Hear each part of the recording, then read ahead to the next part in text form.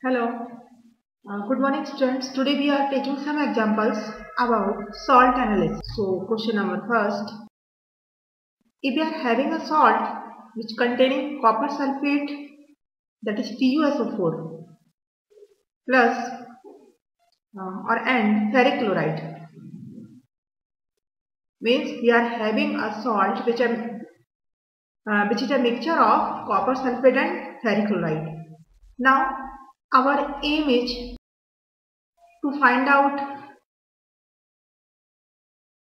two cation and two anion in the given salt, in the given unknown salt, means this salt to be unknown for us. Now our aim, find out two cation and two anion that is present in this salt.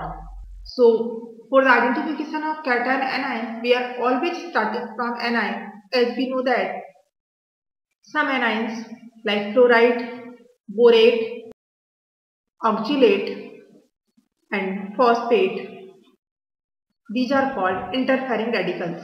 Means if these anions are present in our salt, then due to the presence of these anions, we cannot identify cation after second group.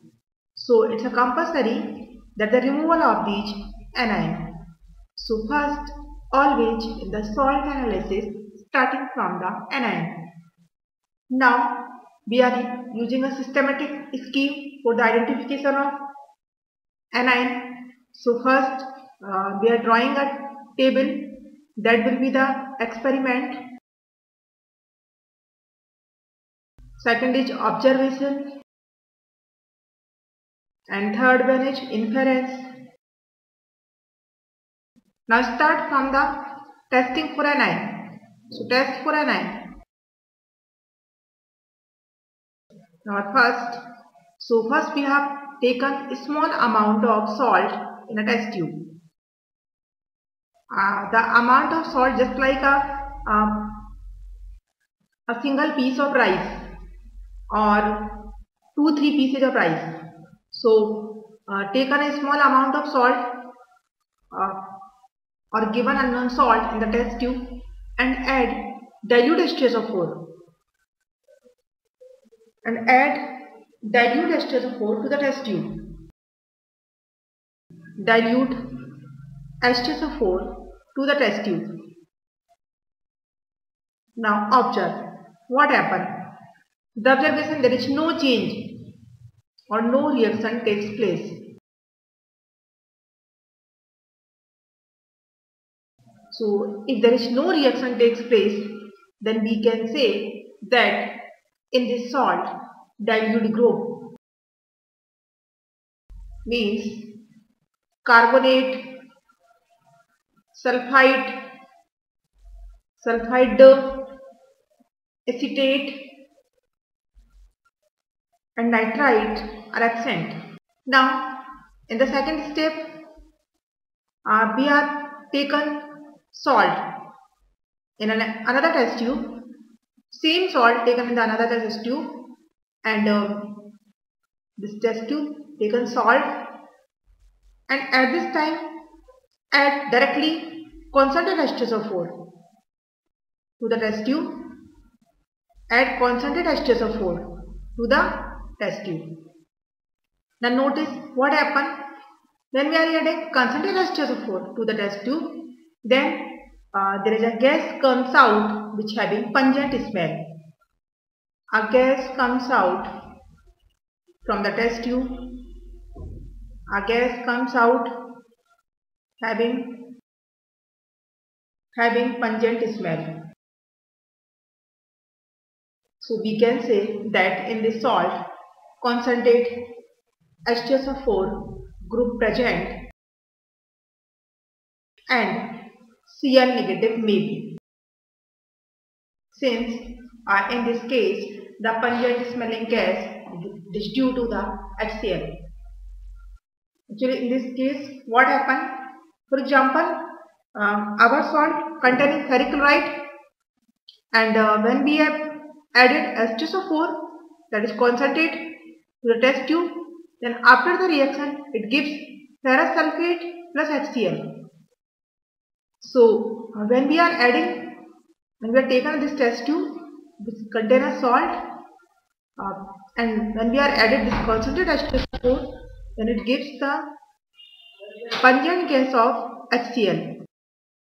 So pungent smell is due to the HCl gas. In that case, copper sulfate is also present in our salt. So when we are added H2SO4, then it gives again H2SO4, again copper sulfate. So there is same product.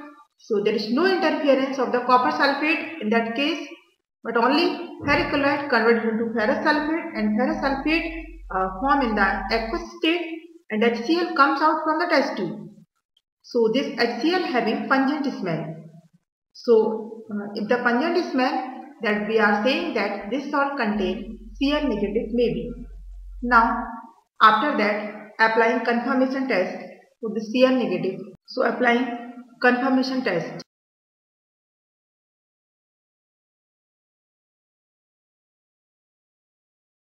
The first confirmation test for the Cl negative H.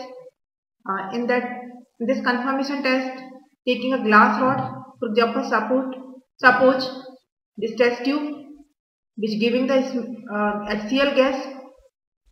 We are taking a glass rod. This is a glass rod. This glass rod dipped in NH4OH and apply on the mouth of the test tube. Suppose this is NH4OH. So when we are applying this glass rod on the mouth of this test tube, then by the reaction of NH4OH plus by the reaction of NH4OH which is in the glass rod and HCl gas which comes out from the test tube, both are react, and after the reaction they will give NH4Cl plus HCl, NH4Cl plus H2O, and this NH4Cl forms a white dense fume. So if white dense fume comes out from the test tube, that is due to the NH4Cl. So we can say that this salt contains Cl negative confirmed. So here is the white dense fume observation. The test tube gives a white dense fume of NH4Cl. White dense fume of NH4Cl. So we can say that the salt contains Cl negative confirmed. Now we are applying another confirmation test for the Cl negative. In the second confirmation test, that is the very important test for Cl negative, that is called chromyl chloride test. Chromyl chloride. So in chromyl chloride test, we are again taking a small amount of salt in the test tube and added solid potassium dichromate K2Cr2O7, added solid potassium dichromate crystals that is orange in color to the test tube, K2Cr2O7, that is in the solid, and after that add concentrated H2SO4 to the test tube. Means this is a test tube which containing salt. It's a salt. Here is the salt, and add potassium dichromate crystals that is orange in color. That is the crystal of potassium dichromate solid crystals, and add concentrated H2SO4 to the test tube. So after the reaction of the salt, which is chloride containing, and potassium dichromate, react with concentrated H2SO4, and after the reaction it gives a orange red fumes of chromyl chloride, that is CrO2Cl2. Now orange fumes. This test tube, after this overall reaction, it gives a orange fumes, dark orange, red orange fumes. This fumes due to the chromyl chloride. This chromyl chloride fumes pass through another test tube which contain NaOH solution. Another test tube containing NaOH solution. So this chromyl chloride vapors pass through this NaOH test tube. So at that time, by the reaction of chromyl chloride and NaOH, it gives a yellow solution of sodium chromate. So now after this process, we are having a yellow solution of sodium chromate, Na2CrO4. So first this is the second step and this is the third step. So after passing the fumes of chromyl chloride in NaOH solution, we are having a yellow solution that is due to the sodium chromate. Now in the sodium chromate solution, added lead acetate, which is white in color.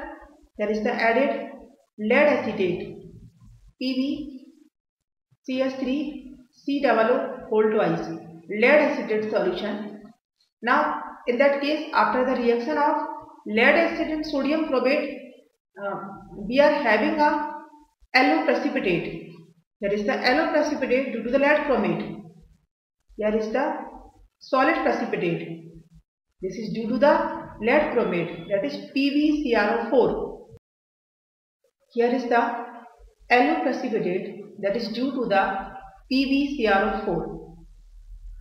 There is an important thing, that is all sodium salts are soluble except sodium bicarbonate. So here is the sodium chromate is soluble in the soluble form, but lead chromate, here is the lead chromate. This lead chromate remains in the insoluble form. Although both are having color the yellow, or both are having yellow color, but this sodium chromate is soluble and lead chromate is insoluble.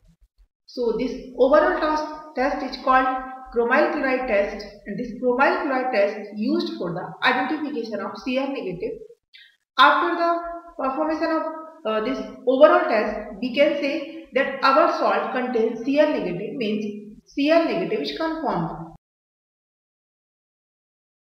So by the using of this test, we are identifying that our salt contains anion Cl negative.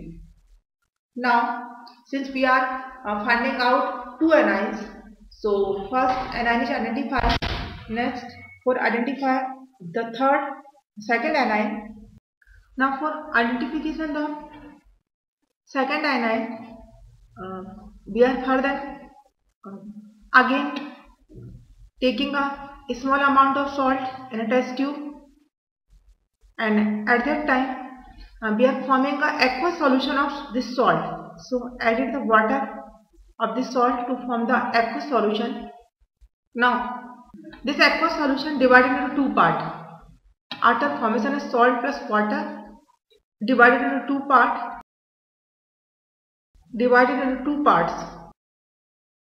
Now we are taking the first part and add barium chloride solution to the first part. If we are getting a white PPT, so this white PPT is due to the barium sulfate. We can say that our salt contains SO4 2-, means SO4 2- is confirmed. Now we are taking next time second part, and in the second part added lead acetate solution, that is PbCH3COO whole twice solution. If we are again getting a white PPT, it is due to the PbSO4. Then we can say that SO4 - 2, that is sulfate, is confirmed. Now after that exercise, we are finding out both anions in our salt. Now we are using next test for the confirmation of cation. So test used for the cation.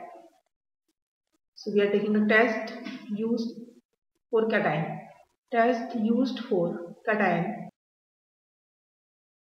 Now, for testing the cation, we are again taking a small amount of salt to the test tube and add NaOH solution, and after that heat the test tube.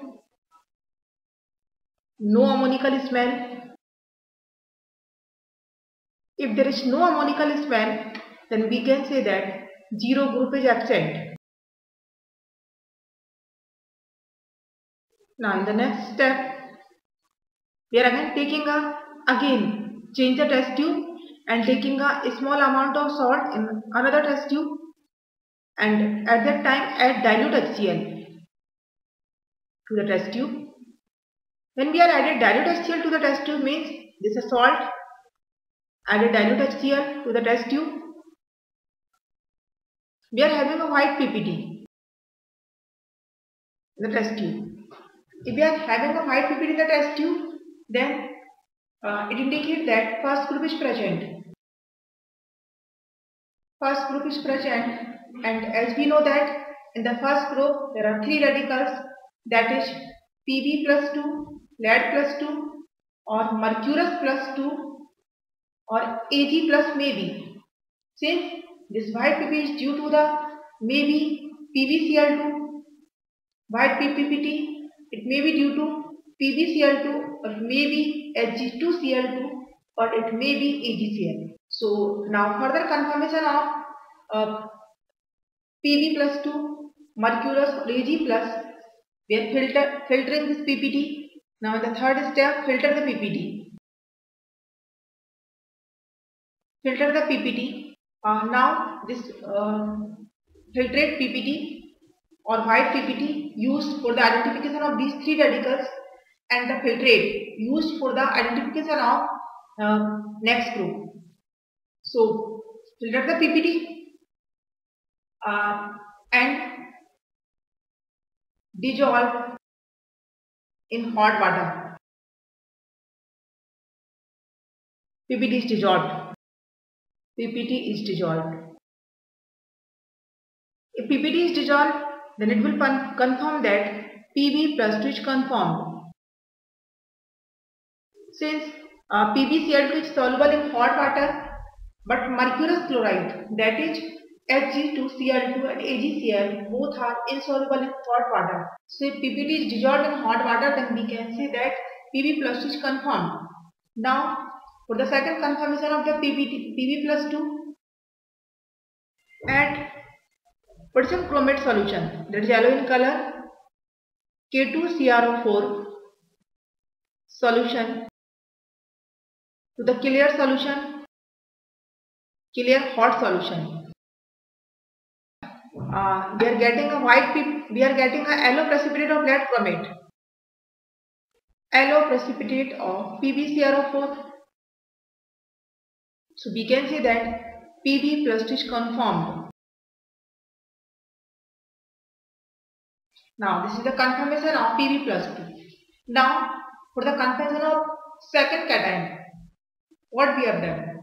We are using filtrate, which we are obtained after the filter of white PPT. Now in the identification of second cation, we are not using the salt, we are using the filtrate.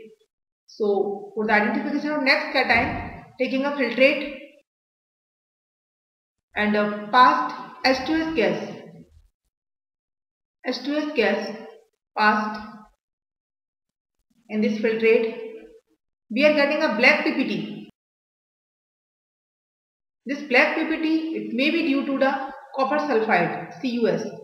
So if we are getting a black PPT, then we can say that second group is present and copper plus 2 may be. Now further confirmation of this copper plus 2,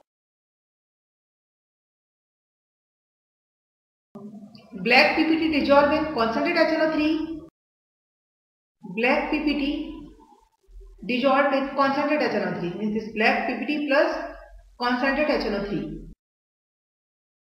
So we are getting a clear solution that is due to the copper nitrate and divided into two parts. So this test tube which containing a black PPT of CuS at concentrate HNO3. After that we get a clear solution of copper nitrate. This is due to the CuNO3 whole twice. Now clear solution or colorless solution. This clear solution divided into two parts. We are having two test tubes. This one is copper nitrate. Now in the first test tube we are adding the potassium ferrocyanide, that is K4FeCN6. So when we are added potassium ferrocyanide to the test tube, then we are getting a chocolate brown precipitate. Here is the chocolate brown precipitate. It is due to the, here is the chocolate brown precipitate. It is due to the cupric ferrocyanide. So if we are getting a chocolate brown precipitate, then we can say that Cu plus 2 is confirmed. Confirm that Cu plus 2 is confirmed. Now in the second test tube we are again having a copper nitrate, clear solution of copper nitrate. In that test tube we are added ammonium hydroxide, NH4OH in the axis. When we are added ammonium hydroxide to this test tube, we are getting a blue color solution, this test tube, and we are getting a blue color solution, dark blue color solution.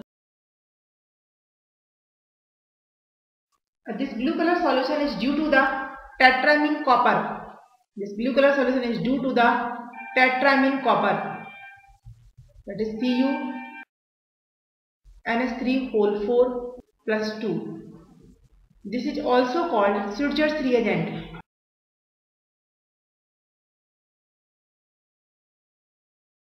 So this dark blue color solution, this is due to the tetramine copper, which is also called Schurter's reagent. So this formation of this dark blue color again confirms that Cu plus 2 is confirmed. So for the confirmation test of Cu plus 2, we are applying two tests. First one is in the clear solution added potassium ferrocyanide. So if we are getting a chocolate brown precipitate, this chocolate brown precipitate is due to the cupric ferrocyanide, and this chocolate brown precipitate confirmed Cu plus 2. Now in the second test tube, which are also contain copper nitrate solution, we are added ammonium hydroxide to that. After adding the ammonium hydroxide, we are getting a dark blue color solution. It is due to the tetramine copper, which is also called Schurter's reagent, which also confirm Cu plus 2. So these two tests confirm that our salt contains Cu plus 2. Now after overall exercise, we can say the result is our salt contains anion, that is Cl negative, which will be confirmed by the glass rod test and chromyl chloride test, and second anion, that is sulfate SO2 minus, which will be confirmed by the help of barium chloride and lead acetate test. Now cation, these two anion. Now cation is we are confirming first cation Pb plus 2, that will be placed in the first group, and the second cation is copper plus 2.